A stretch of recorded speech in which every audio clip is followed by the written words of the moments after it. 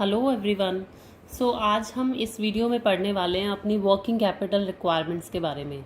As you all know, हमने जो previous video में कवर करा था that is the types of funds. We have already cover the fixed capital requirements.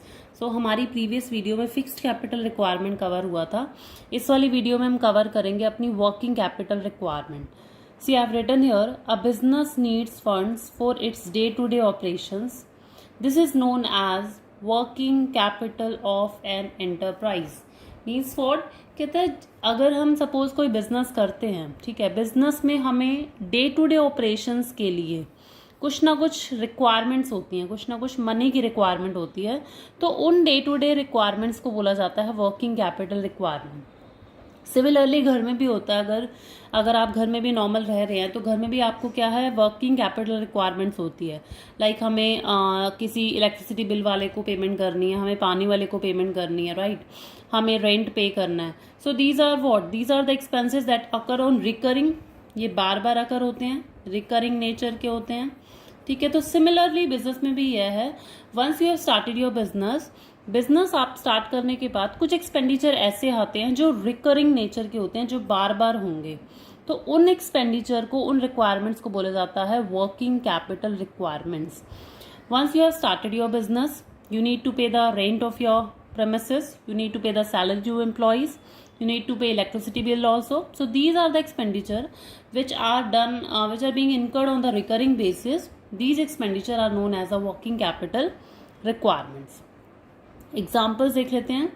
holding current assets such as stock of material, मतलब आपको raw material suppose मैंने इस month का परचेज कर लिया, क्या मुझे नेक्स्ट मंथ दोबारा नहीं परचेज करना पड़ेगा? So obviously yes, I have to purchase the raw material again for the next month. Bills receivable and for meeting current expenses like salaries, wages, taxes and rent. तो ये salary क्या है, every month इनकर होगी, wages every month इनकर होंगे, taxes आपको pay करना पड़ेगा रेगुलरली, रेंट आपको पे करना पड़ेगा। So these are the expenditure which are done on the recurring basis. तो उन एक्सपेंडिचर को, उन रिक्वायरमेंट्स को आप बोलते हैं वर्किंग कैपिटल रिक्वायरमेंट्स, ठीक है। अब इसके बाद ये अभी डिस्कस करते हैं, उससे पहले एक क्वेश्चन अराइज होता है कि मैम ये है क्या, ये भी तो वर्किंग कैपिटल रिक्वायरमेंट, मतलब हमें पैसा चाहिए, राइट। इससे प्रीवियस वीडियो में जो हमने कवर करा था types of fund, fixed capital requirement, उसमें भी हमें पैसा चाहिए था। तो है तो पैसा ही ना, तो हम इसको अगेन क्लासीफाई क्यों कर रहे हैं कि फिक्स्ड कैपिटल है, ये वर्किंग कैपिटल है, राइट। क्वेश्चन ऑब्वियसली सेंस बनता है कि भाई हमें वर्किंग कैपिटल रिक्वायरमेंट है, ऑब्वियस ओके, हमें पैसा चाहिए, ठीक है। फिक्स कैपिटल रिक्वायरमेंट है, तब भी हमें पैसा चाहिए। Then why we are bifurcating, then why we are dividing these requirement into two basis, की फिक्स्ड अलग होता है, वर्किंग अलग होता है। सो आंसर इज कि सपोज आपको अपने एम्प्लॉयज की सैलरी पे करनी है। Suppose you have started your business and आपने बिजनेस स्टार्ट करा, आपने अपने बिजनेस में एम्प्लॉयज को सैलरी पे करनी है, ठीक है। सैलरी के लिए आपने क्या करा, आपने एक बैंक से सैलरी आपको पे करनी है, आपने एक बैंक से क्या लिया, बैंक से ले लिया लोन, ठीक है। कितने रुपीस का, 10 लाख रुपए का, ठीक है। और कितने ईयर्स के लिए लिया, 10 ईयर्स के लिए लिया। Why you have taken loan from the bank, because you have to pay salary to your employees. आपको अपने एम्प्लॉयज को सैलरी पे करनी है, that's why you have taken a loan from the bank of ₹10 lakh for the years 10 years, ठीक है। Is it worth, क्या ये वर्थेबल है, क्या ये वर्थ अराइज होता है कि आप सिर्फ सैलरी के लिए आप बैंक से इतना बड़ा लोन ले रहे हैं? ऑब्वियसली क्या कोई कनेक्टिविटी है, क्या कोई रिलेटिविटी है? ऑब्वियसली नहीं। क्यों? क्योंकि जो सैलरी की पेमेंट करनी है वो हर मंथ राइज होगी, वो छोटा अमाउंट है। तो अगर छोटे अमाउंट आपको राइज हो रहे हैं, स्मॉल एक्सपेंडिचर अगर आ रहे हैं, तो उसके लिए आपको सोर्स ऑफ फाइनेंस भी कुछ ऐसा ही अरेंज करना है।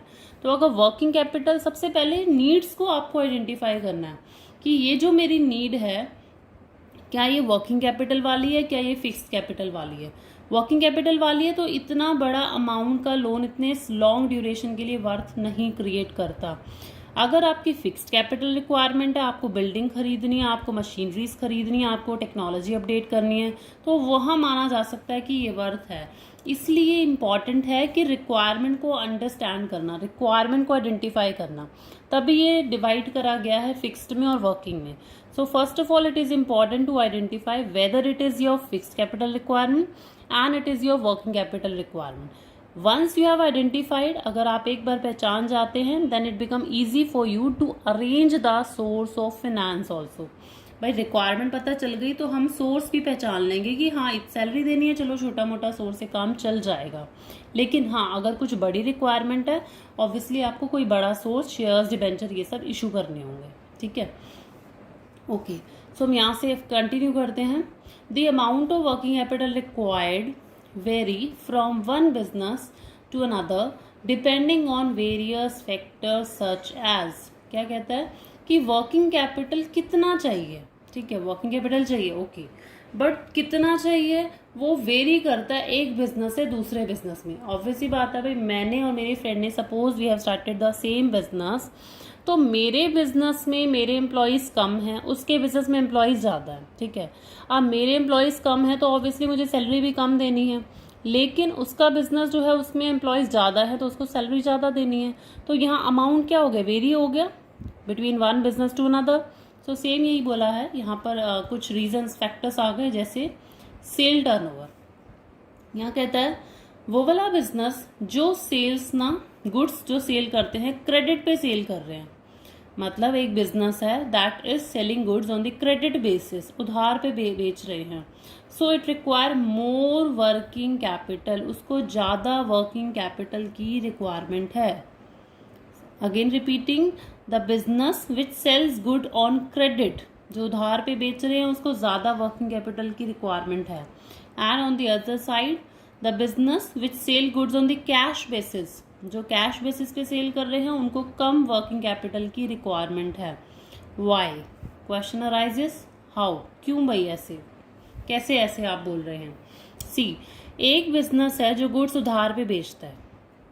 उधार पे बेचने का मतलब है, suppose there is a person, ठीक है, he is a businessman, he sells goods on credit, ये उधार पे बेच रहा है टू द अनदर पर्सन। ठीक है, अब इस पर्सन ने बोला कि मैं जो आपसे गुड्स खरीद रहा हूँ उधार पे, मैं उसकी पेमेंट आपको 5 मंथ्स के बाद करूँगा। ठीक है, ही सेड ओके, आप 5 मंथ्स के बाद पेमेंट कर देना। तो इसके पास जो पेमेंट आएगी, he will receive payment after 5 months, 5 महीने के बाद आएगी।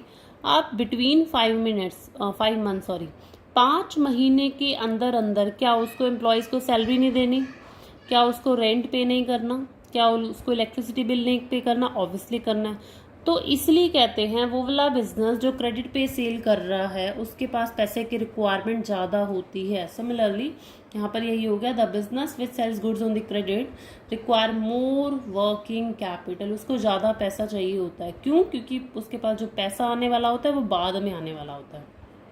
अब यही वाला, ये भी तो सिचुएशन थी, इस सिचुएशन में लगाओ, अगर ये वाला बिजनेस ये गुड्स जो दे रहा है वो कैश पे दे रहा है, ठीक है, कैश बेसिस पे दे रहा है, तो ऑन द सेम साइड मतलब नेक्स्ट मोमेंट ही उसके पास पैसा आ जाना है। जब पैसा आ जाएगा तो रेंट भी दे सकता है, सैलरी भी दे सकता है, सारे डे टू डे एक्सपेंडिचर कर सकता है।